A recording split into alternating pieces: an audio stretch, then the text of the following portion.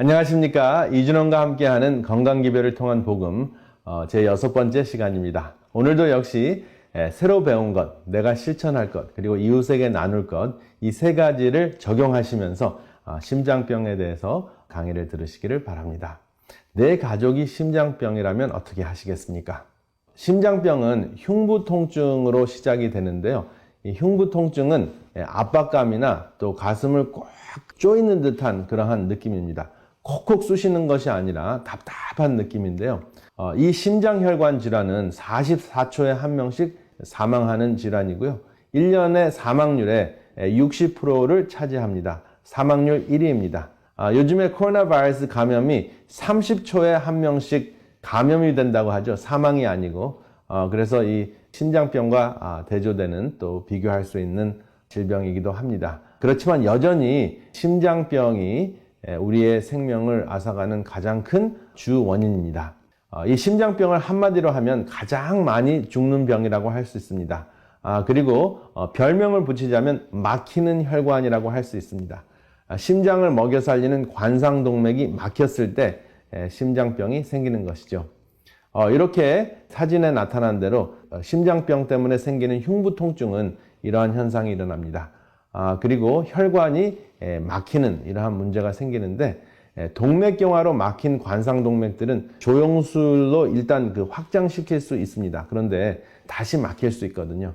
그래서 다시 막히는 조영술이나 현대의학에 의존을 하다 보면 약을 꼭 써야 되는데 약을 쓰는 것보다 미리 예방을 하거나 또 우리의 생활 습관으로 다시 막히지 않는 혈관을 유지하는 것이 매우 중요합니다.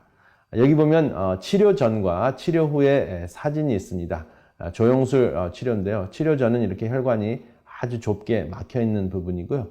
그리고 오른쪽에 보면 조영술 때문에 이렇게 열린 혈관의 모습인데 이것이 인위적으로 또 인조로 만든 튜브를 꽂았기 때문에 이것이 이물질로 여겨집니다. 그래서 언젠가는 또 막힐 수가 있기 때문에 약물 치료를 받아야 합니다.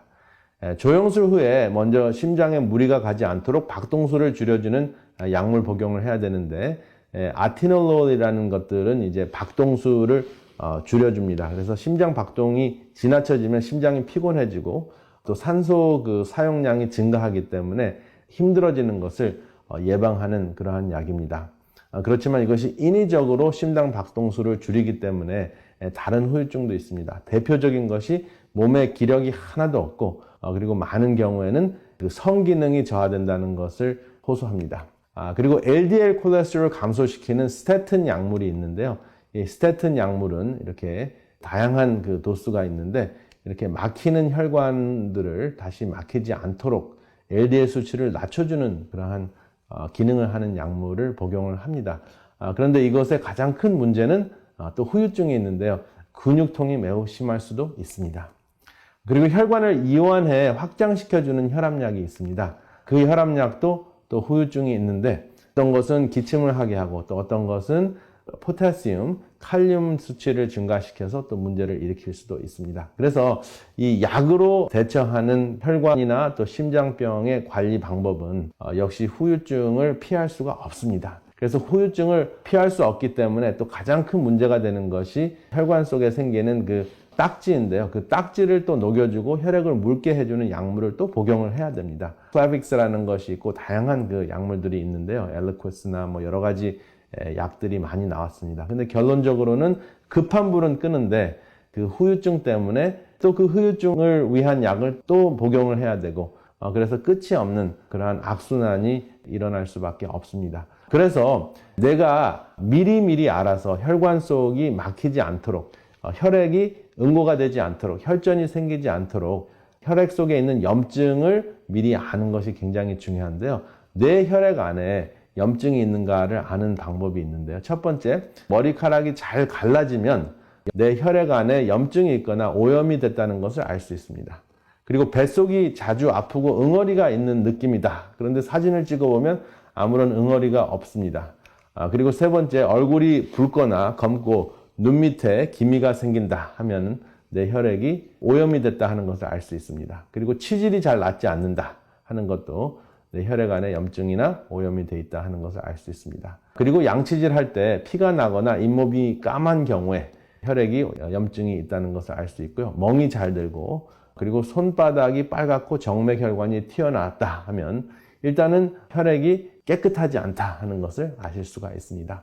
혈액을 응고시키는 대표적인 것이 콜레스테롤인데요. 여러분들이 혈액 검사를 하면 토탈 콜레스테롤이 있고 그 토탈 콜레스테롤은 HDL 더하기 LDL 더하기 중성지방을 5로 나눈 수치입니다. 그래서 이것을 이제 검사를 하는데요. 좋은 콜레스테롤은 운동이나 그리고 붉거나 보랏빛이 나는 과일이나 채소를 드시면은 좋은 콜레스테롤이 증가하고요. 그리고 화를 내거나 육식을 하고 또 포화지방을 섭취를 하면은 혈관을 막아주는 LDL 콜레스테롤이 증가합니다.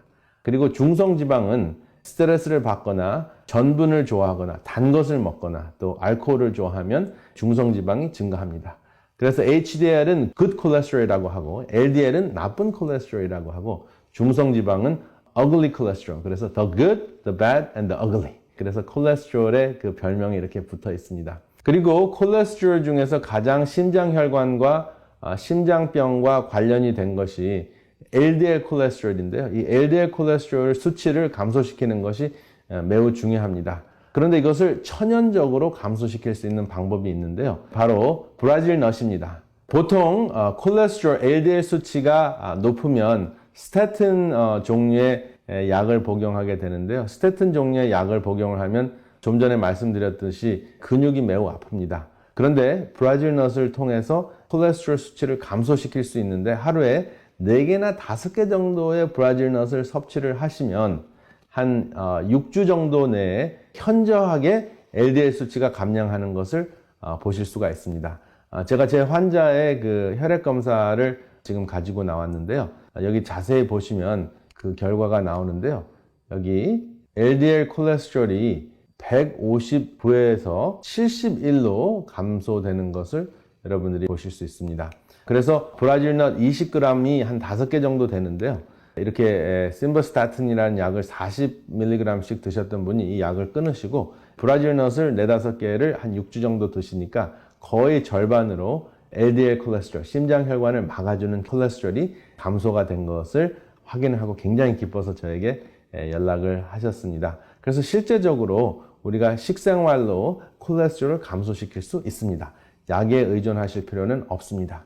그리고 이렇게 음식으로도 콜레스테롤 감량을 해서 콜레스테롤이 혈관 속에 쌓여서 동맥경화 현상을 일으키는 것을 막아줄 수도 있지만은 여러분들이 운동을 하시면 또 그 혈관을 확장시켜주고 혈관을 이완시켜주는 산화질소가 생산되는 것을 여러분들이 삶에 적용하셨으면 참 좋겠습니다. 그래서 여러분 하루에 10,000보 정도 걸으시면 몸속에 천연적인 혈압력도 나오고 그리고 혈관을 이완시켜줘서 응고가 되거나 또 염증이 생기거나 또 염증이 생겨서 혈전으로 진행되는 것을 막아주는 것 꼭 기억하시기 바랍니다. 그래서 스트레스를 감소하고 운동을 하고 균형진 채식을 통해서 막혔던 심장혈관을 뚫을 수 있다 하는 것이 과학적으로 입증이 됐습니다. 그리고 여기 텍사스 대학에서 발표한 연구 논문이 있는데요. 음식물도 중요하고 또 운동도 중요한데 이웃과의 친교나 이웃의 후원이나 영적인 후원이 굉장히 중요하다 하는 것도 확인이 됐습니다. 그래서 심장 수술을 하고 난 다음에 이웃의 후원이나 영적인 후원이 전혀 없는 사람은 10명 중에서 한 2명 정도는 사망하는 것으로 확인이 됐습니다. 그리고 후원이 있는 사람들은 사망률이 현저하게 감소되는 것, 거의 19% 이상이 감소되는 것을 확인을 했어요. 그래서 정신적인 후원도 심장병을 관리하는데 매우 중요하다 하는 것 굉장히 중요한 사실입니다. 여기 제가 나누기 좋아하는 토끼와 동맥경화 현상에 대한 연구 논문이 있습니다.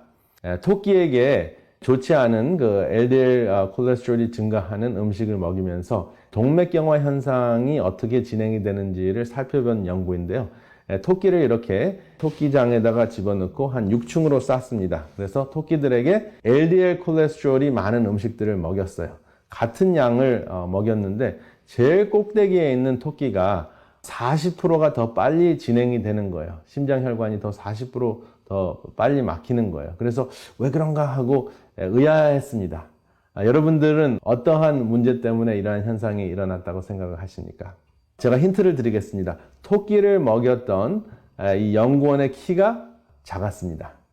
이 연구원의 키하고 토끼의 관상동맥경화하고 어떠한 관련이 있었을까요?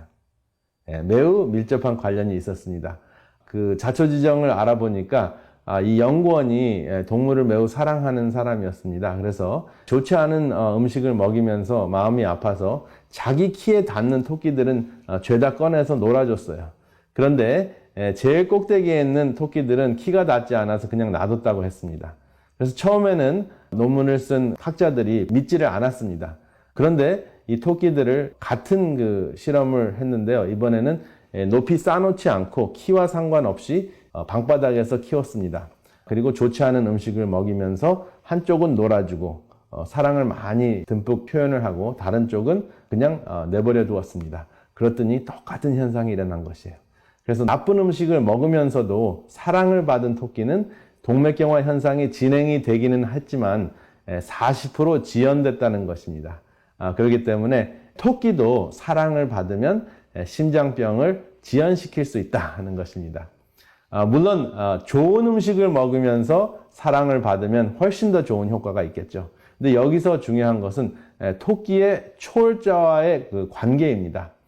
토끼의 초월자는 연구원이었죠.